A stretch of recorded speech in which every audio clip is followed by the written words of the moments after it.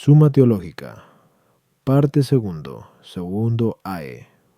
Cuestión 158. La ira. Pasamos ahora a tratar de los vicios opuestos. En primer lugar, de la ira, que se opone a la mansedumbre. Después, de la crueldad. Cum 159, que se opone a la clemencia. Sobre la ira se plantean 8 preguntas. ¿Puede ser lícito alguna vez airarse? ¿Es pecado la ira? ¿Es pecado mortal? ¿Es el pecado más grave? ¿Cuáles son sus especies?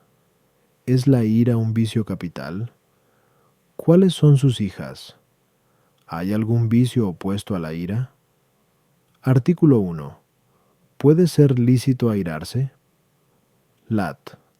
Objeciones por las que parece que no puede ser lícito airarse. 1. Al comentar el pasaje de MT 5:22, el que se irrita contra el hermano, escribe San Jerónimo. En algunos códices se añade sin motivo, pero en los mejores se quita esa cláusula y queda sola la ira. Luego nunca está permitido airarse. 2. Escribe San Dionisio en Arbo de Div. Nominibus. El mal del alma consiste en obrar sin razón.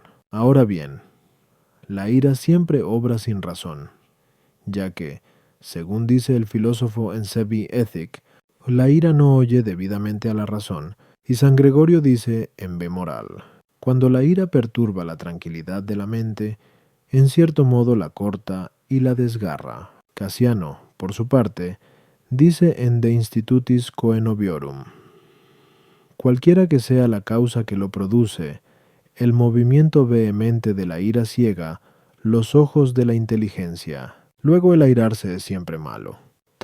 La ira es el apetito de vengarse. Según la glosa Aleph 19:17, no odiarás a tu hermano en tu corazón. Ahora bien, el desear la venganza no parece ser lícito, ya que debe reservarse a Dios, conforme a DT 32:35. Mía es la venganza. Por tanto, parece que el airarse es siempre malo. Más todavía, es malo todo aquello que nos aparta de la semejanza con Dios, pero el airarse nos aparta siempre de esa semejanza con Dios, el cual juzga con tranquilidad, según se dice en Sap 12:18. Luego el airarse es siempre malo. Contra esto, está el testimonio de San Juan Crisóstomo en el comentario a MT. El que se enfada sin motivo será reo, pero el que lo hace con motivo no lo será, porque si no existiera la ira, ni la doctrina aprovecharía, ni subsistirían los tribunales, ni los crímenes serían reprimidos. Luego el airarse no siempre es malo. Respondo. La ira, propiamente hablando, es una pasión del apetito sensitivo, la cual se llama facultad irascible, según dijimos antes. 1.2q. 25a. 3 at 1q. 46a1. Sobre las pasiones del alma hay que tener en cuenta que puede hallarse en ellas el mal bajo 2 aspectos. En primer lugar, por parte de la esencia misma de la pasión, la cual se considera con respecto al objeto de dicha pasión. Por ejemplo, es esencial a la envidia un mal, por ser tristeza del bien de los demás, el cual se opone esencialmente a la razón.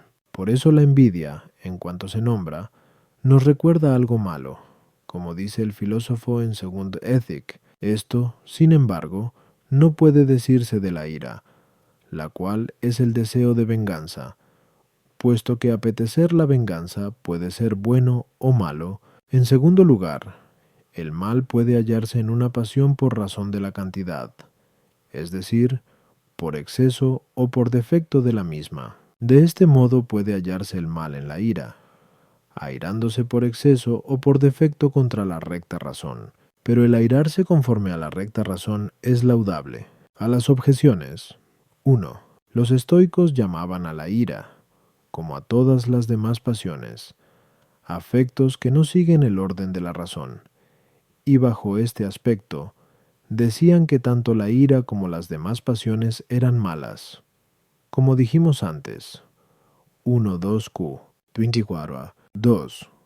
Cuando hablamos de las pasiones, en este sentido toma la ira San Jerónimo, puesto que habla de la ira que nos hace enfadarnos contra el prójimo como buscando su mal, pero según los peripatéticos, con cuya opinión está más de acuerdo San Agustín en Numere Deciv, Dei, la ira y las demás pasiones del alma son movimientos del apetito sensitivo, sean o no moderados por la razón. Así considerada, la ira no es siempre mala. La ira puede relacionarse de dos modos con la razón. Primeramente, como algo anterior, bajo este aspecto, aparta de su rectitud a la razón, y es un mal. En segundo lugar, como algo posterior, en cuanto que el apetito sensible se mueve en contra de los vicios opuestos a la razón, esta ira es buena, y es la que se conoce como ira producida por el celo. De ella dice San Gregorio en Pemoral: debe procurarse a toda costa que la ira, que es considerada como instrumento de la virtud, no prevalezca sobre la inteligencia y vaya delante como una señora, sino que, como una esclava dispuesta a obedecer, nunca deje de ir detrás de la razón. Esta ira no suprime la rectitud de la razón, aunque supone un pequeño impedimento para el juicio de la misma. Por eso dice San Gregorio, en el mismo pasaje, que la ira por celo crea desorden en la visión de la razón, pero la ira por vicio la ciega. Sin embargo, no va contra la razón de virtud el que se suspenda momentáneamente la deliberación de la razón en la ejecución de lo que la razón había decidido, porque también el arte se vería impedido en su ejecución si, cuando debe obrar, se pusiera a deliberar sobre lo que debe hacerse. Apetecer la venganza buscando el mal del que debe ser castigado es ilícito, pero es laudable el apetecerla para que se corrijan los vicios y se conserve el bien de la justicia, y hacia eso puede tender el apetito sensitivo en cuanto movido por la razón. Ahora bien, el practicar la venganza siguiendo el orden del juicio es obra de Dios, cuyo ministro es la autoridad que castiga, como se dice en Rom 13:4. Debemos asemejarnos a Dios en cuanto al deseo del bien, pero no podemos hacerlo en el modo de desearlo, ya que en Dios no hay, como en nosotros, apetito sensitivo, cuyo movimiento debe obedecer a la razón. Por eso dice San Gregorio, en Bemoral, y que la razón se hace más fuerte contra el vicio, cuando la ira está al servicio de la razón. Artículo 2. ¿Es pecado la ira? Lat. Objeciones por las que parece que la ira no es pecado. 1. Al pecar desmerecemos, pero con las pasiones no desmerecemos ni somos censurados, como se dice en Dusa Ethic, luego ninguna pasión es pecado. Ahora bien, la ira es una pasión, como ya hemos dicho, 1-2 Ki 46-1.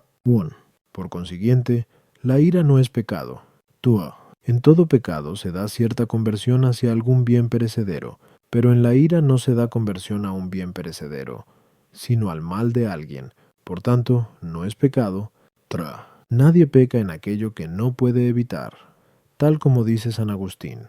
Pero el hombre no puede evitar la ira, ya que a propósito del Salmo 4:5, airaos y no pequéis, dice la glosa, el movimiento de la ira no está en nuestro poder.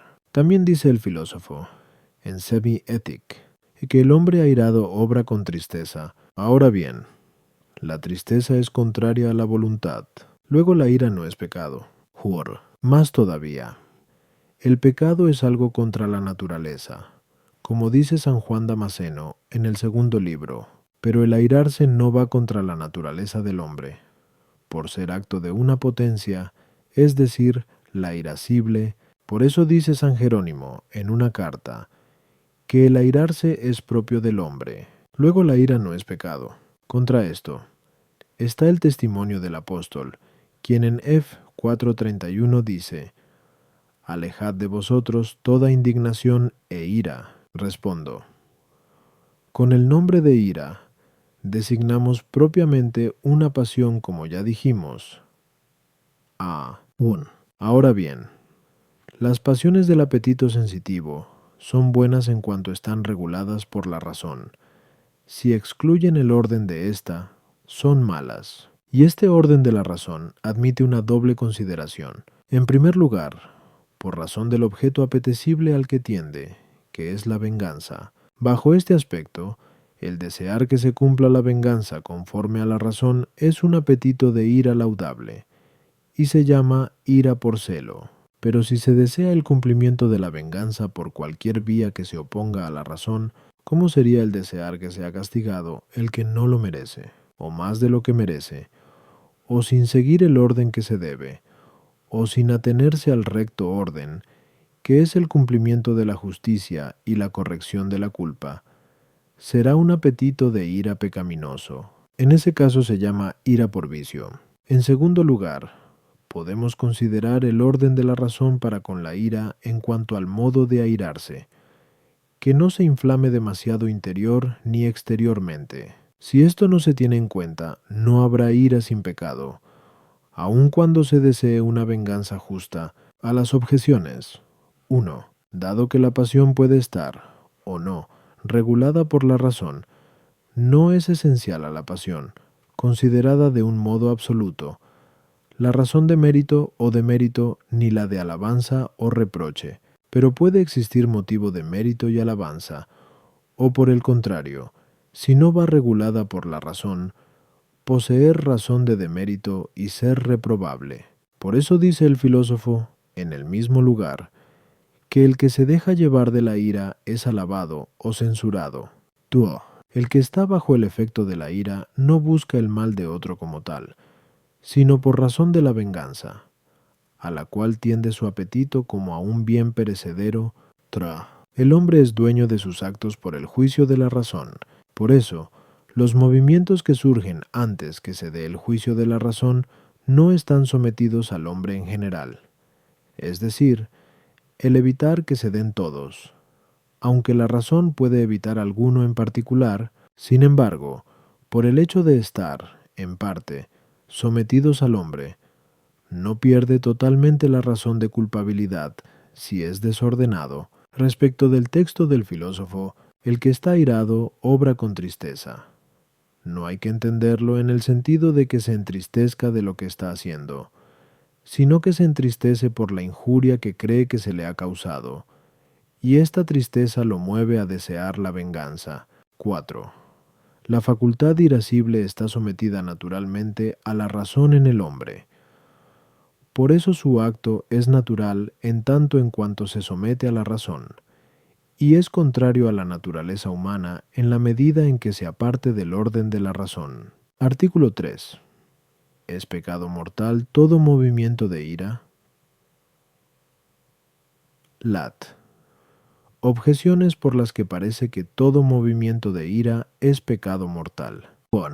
En Job 5:2 se dice: al hombre necio lo mata la ira, y habla de la muerte espiritual, de la cual recibe el nombre el pecado mortal. Luego la ira es pecado mortal. Tua. Solo el pecado mortal merece la condenación eterna, pero la ira merece la condenación eterna, puesto que el Señor dice en Mt 5:22, todo el que se irrita contra su hermano será reo de juicio. Texto que la glosa explica así. Esos tres elementos que se citan allí, es decir, juicio, concilio y gehenna, expresan diversas mansiones en la condenación eterna, conforme al modo como se peque. Por tanto, la ira es pecado mortal.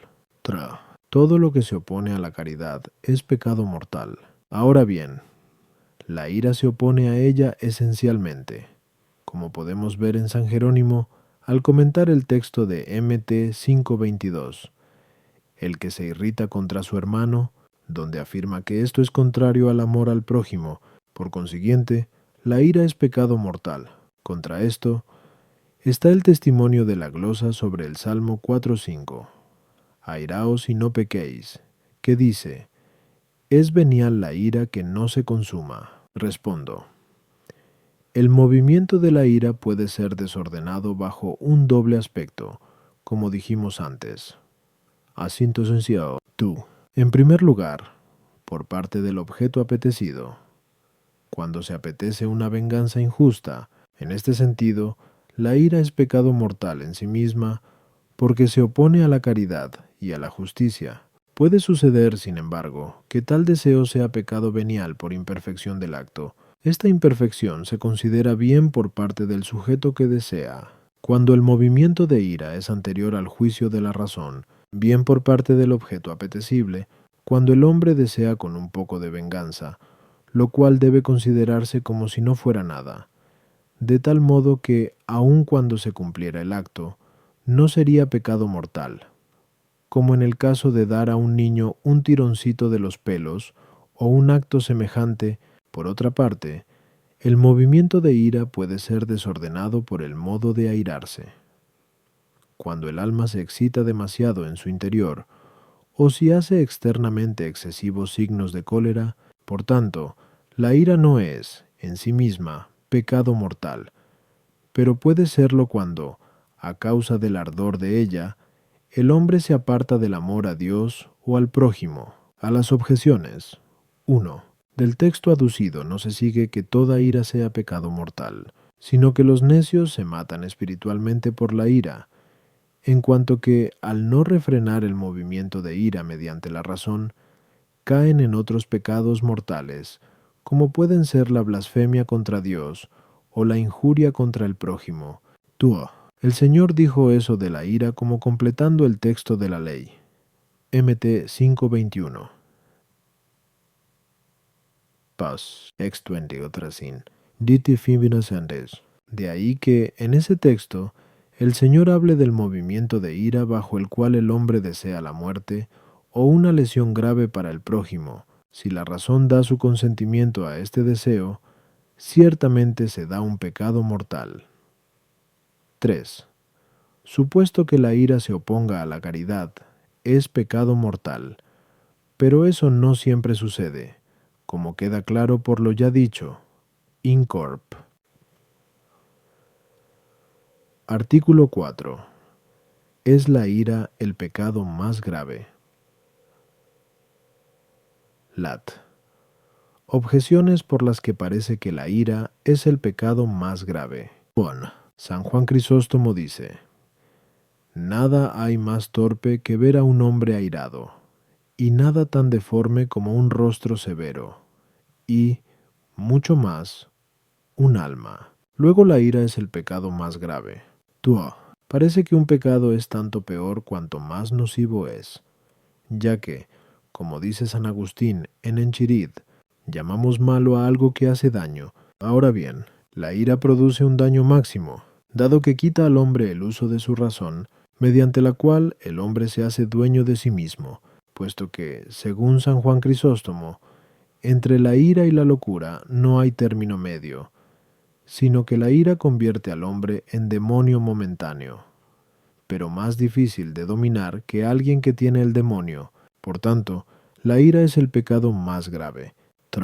Los movimientos internos se juzgan por las manifestaciones externas, pero es efecto de la ira el homicidio, que es el pecado más grave. Luego la ira es el pecado más grave. Contra esto está el hecho de que la relación entre la ira y el odio es la de una paja y una viga. Pues dice San Agustín en la regla: no sea que la ira se convierta en odio, y de una paja se forme una viga. Por consiguiente, la ira no es el pecado más grave. Respondo. Como ya dijimos antes. A. 3. En el desorden de la ira se consideran dos aspectos: el objeto apetecido indebidamente y el modo indebido de airarse. En cuanto al objeto que el hombre airado apetece, parece que es el pecado más pequeño, porque la ira apetece el mal de la pena de alguien bajo la razón de bien que es la venganza. Por eso, por parte del mal apetecido, el pecado de ira es semejante a otros pecados que desean el mal del prójimo, como la envidia y el odio. Pero el odio desea absolutamente el mal de alguien, y el envidioso desea el mal de otro, llevado del deseo de la propia gloria, mientras que el airado desea el mal de otro bajo la razón de justa venganza, de donde se deduce que el odio es más grave que la envidia, y ésta más grave que la ira, ya que es peor desear el mal bajo la razón de mal que bajo la razón de bien, y es peor apetecer el mal bajo la razón de bien externo, como son el honor y la gloria, que bajo la razón de rectitud de la justicia, por parte del bien bajo el cual el airado desea el mal. La ira tiene algo de común con el pecado de concupiscencia, que tiende a un objeto bueno, bajo este aspecto también. Absolutamente hablando, parece que el pecado de ira es menor que el de concupiscencia, por cuanto es mejor el bien de la justicia, que desea el airado, que el bien deleitable y útil que apetece quien está bajo la concupiscencia. Por eso dice el filósofo en Seven Ethic, el incontinente en materia de concupiscencia es más torpe que quien lo es en materia de ira, pero en cuanto al desorden creado por el modo de airarse, la ira sobresale de alguna manera por la vehemencia y la rapidez de su movimiento, según lo que leemos en Prof. 27.4. Cruel es la ira, furiosa la cólera, pero ¿quién podrá parar ante la envidia?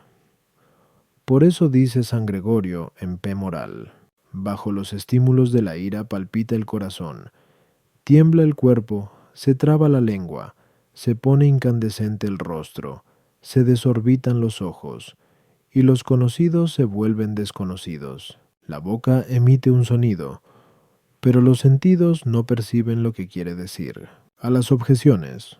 1. San Juan Crisóstomo habla de la torpeza de los gestos externos, los cuales proceden del ímpetu de la ira. Tua. El argumento está tomado del movimiento desordenado de ira, que tiene su origen en su ímpetu, como dijimos ya. Incorp. 3. El homicidio tiene su origen en el odio y en la envidia al igual que la ira, pero esta es más leve, por cuanto considera la razón de justicia, como ya dijimos. Incorp. Artículo 5. ¿Señaló el filósofo convenientemente las especies de ira? Lat. Objeciones por las que parece que el filósofo no señaló convenientemente las especies de ira en Arbo Ethic, donde dice que, de los iracundos, unos son agudos, otros amargos, y otros difíciles o implacables. Bon. Según él mismo, llamamos amargos a aquellos cuya ira desaparece difícilmente y permanece durante mucho tiempo, pero parece que esto pertenece a la circunstancia del tiempo. Luego parece que pueden señalarse otras especies de ira atendiendo a otras circunstancias.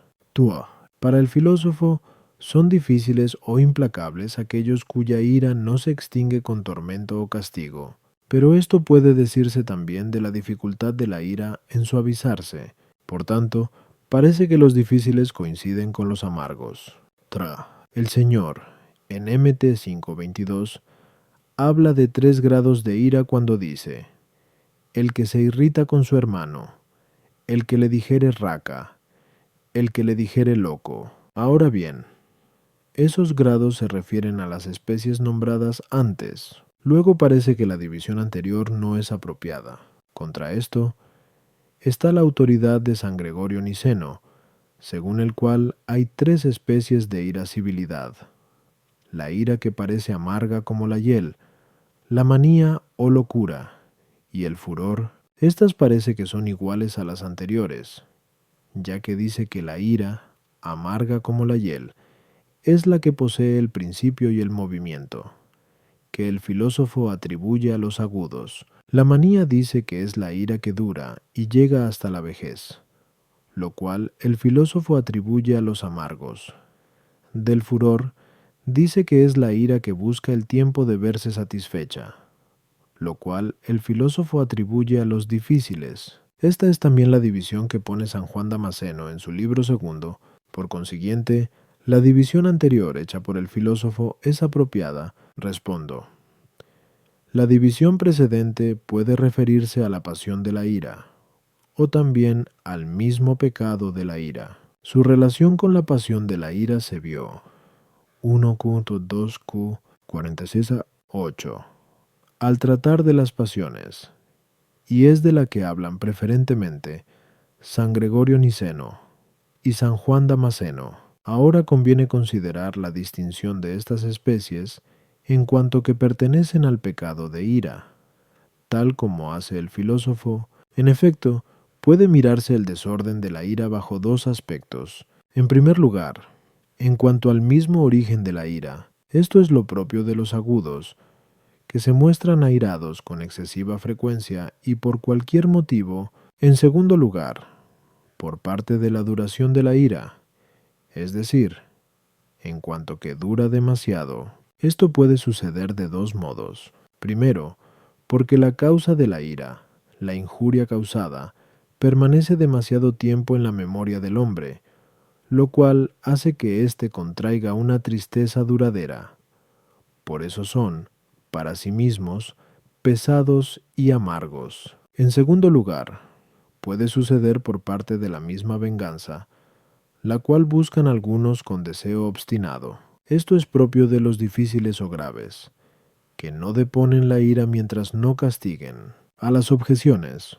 1. En las citadas especies de ira, no se considera de un modo especial el tiempo, sino la facilidad del hombre para caer en la ira y la firmeza en ella. 2. Tanto los amargos como los difíciles poseen una ira duradera, aunque por motivos diferentes. Los amargos, por la permanencia de la tristeza que la ira tiene encerrada en sí misma, y como los signos de la ira no trascienden al exterior, los demás no pueden persuadirles, ni tampoco abandonan la ira por sí mismos, a no ser que desaparezca, con el tiempo, la tristeza, en cuyo caso ya no hay ira, pero los difíciles poseen una ira duradera por el ardiente deseo de venganza. Por eso no desaparece con el tiempo, sino que solo se aquieta con el castigo.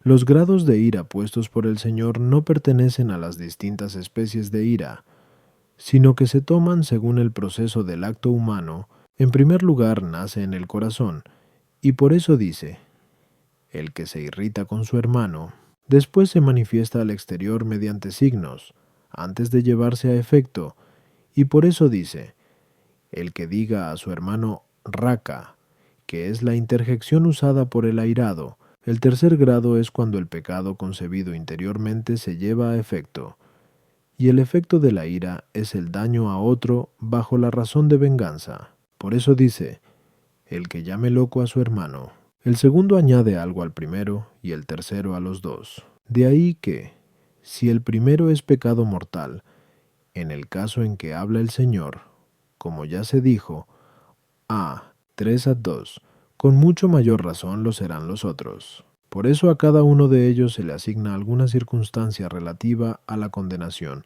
Se empieza por el juicio, que es el menos grave, ya que, como dice San Agustín, en el juicio hay tiempo para defenderse. Sigue luego el concilio, porque en él los jueces discuten con qué pena debe ser castigado. Y en tercer lugar aparece la gehenna del fuego, la cual es condenación segura. Artículo 6. ¿Debe figurar la ira entre los vicios capitales? Lat. Objeciones por las que parece que la ira no debe figurar entre los vicios capitales. 1. La ira nace de la tristeza, pero esta es un vicio capital con el nombre de asidia. Luego no debe considerarse a la ira como vicio capital. 2. El odio es un pecado más grave que la ira. Luego debe considerarse vicio capital antes que ella.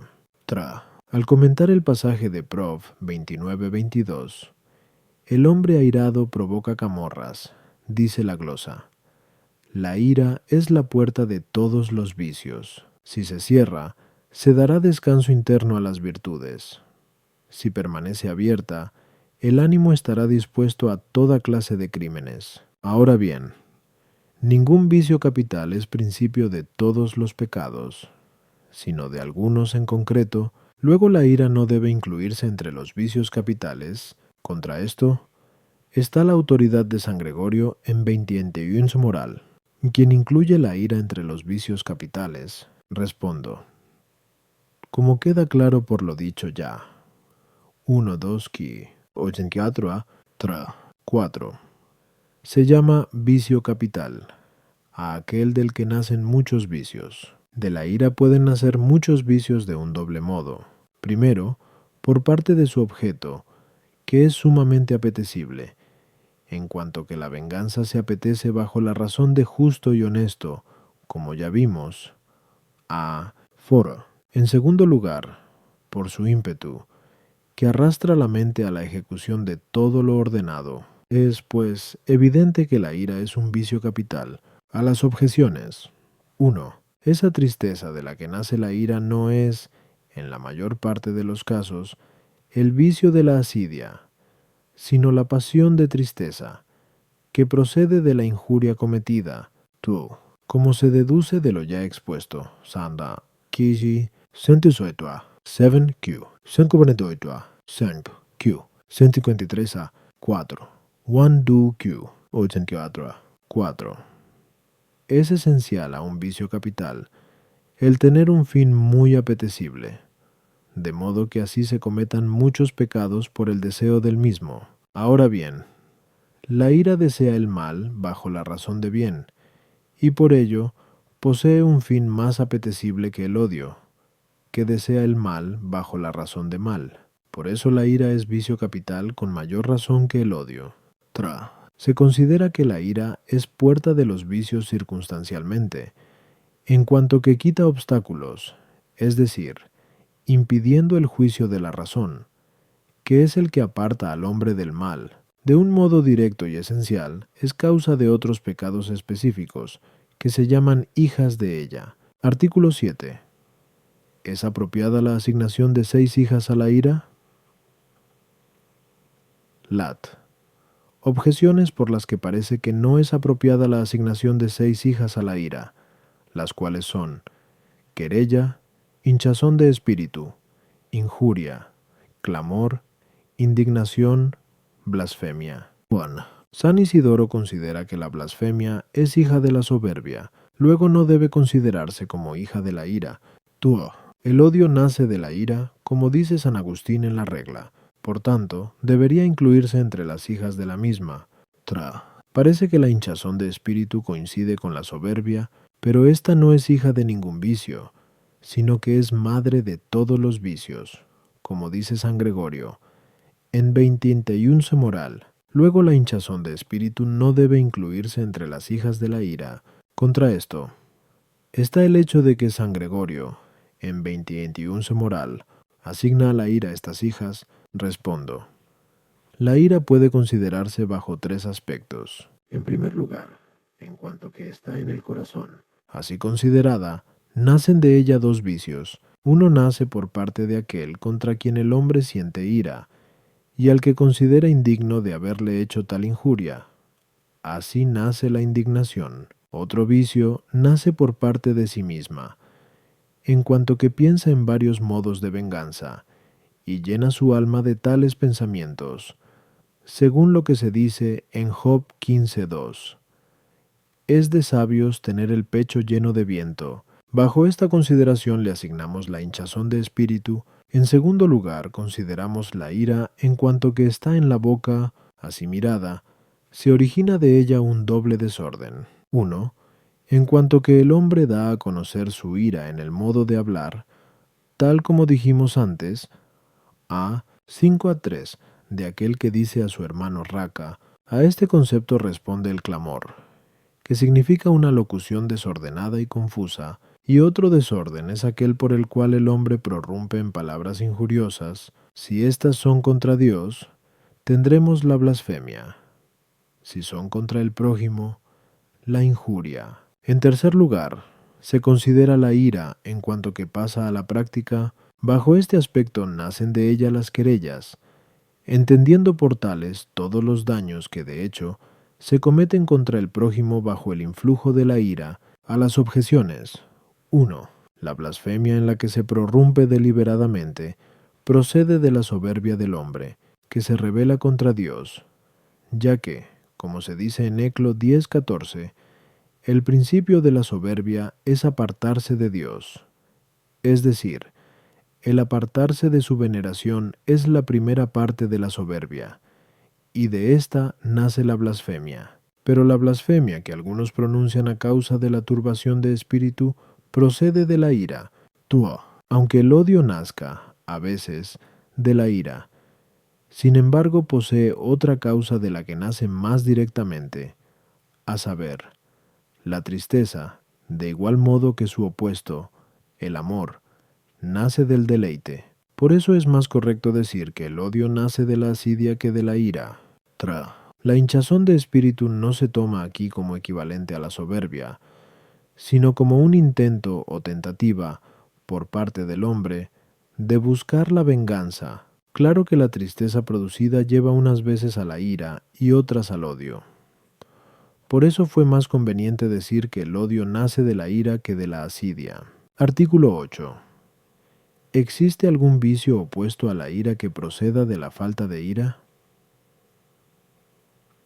Lat. Objeciones por las que parece que no hay ningún vicio opuesto a la ira que tenga su origen en la falta de ira. 1. Nada que haga al hombre semejante a Dios es vicioso. Ahora bien, el hecho de carecer de ira lo asemeja a Dios, el cual juzga con tranquilidad. Luego no parece que sea vicioso el carecer totalmente de ira. No es vicio el carecer de algo que no es útil para nada. Pero el movimiento de la ira no es útil para nada, como enseña Séneca en su libro De ira. Luego parece que el carecer de ira no es un vicio. El mal del hombre consiste, según Dionisio, en obrar en contra de la razón. Ahora bien, si quitamos todo movimiento de ira, queda todavía íntegro el juicio de la razón. Luego la carencia de ira no es causa de ningún vicio. Contra esto está lo que dice San Juan Crisóstomo en Supermat. El que no se irrita teniendo motivo comete pecado, porque la paciencia irracional siembra vicios, alimenta la negligencia e invita al mal, no solo a los malos, sino también a los buenos. Respondo. Podemos entender la ira de dos modos. Primero, como un simple movimiento de la voluntad por el que se inflige una pena no por pasión, sino por un juicio de la razón. Tomada así, la falta de ira es ciertamente pecado, y este es el sentido que da a la ira San Juan Crisóstomo cuando dice en el mismo pasaje: la ira que tiene causa no es ira, sino juicio, ya que se entiende por ira una conmoción pasional, pero la ira del que se irrita con causa no procede de una pasión. Por eso decimos que juzga, no que se irrita. Otro modo de considerar la ira es tomarla como un movimiento del apetito sensitivo, que se da con pasión y excitación del cuerpo. Este movimiento, en el hombre, sigue necesariamente a un movimiento de la voluntad, porque el apetito inferior acompaña necesariamente al movimiento del superior, si no lo impide algún obstáculo. Por eso no puede faltar totalmente el movimiento de la ira en el apetito sensitivo, a no ser por sustracción o debilitamiento del movimiento voluntario, y, como consecuencia, también es viciosa la falta de pasión, como la falta de movimiento voluntario para castigar según el juicio de la razón a las objeciones. 1. El que no se irrita en absoluto cuando debe hacerlo, imita a Dios en cuanto a carecer de pasión, pero no en cuanto a que Dios obra dejándose llevar por un juicio.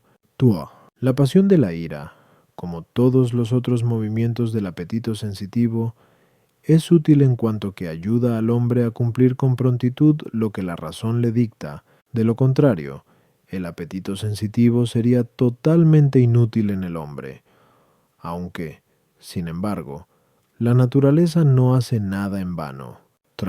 En aquel que obra con rectitud, el juicio de la razón no sólo es causa del simple movimiento de la voluntad, sino de la pasión del apetito sensitivo, como ya dijimos antes, in corp. Por eso, dado que la supresión del efecto es signo de la remoción de la causa, del mismo modo la supresión de la ira es signo de la remoción del juicio de la razón.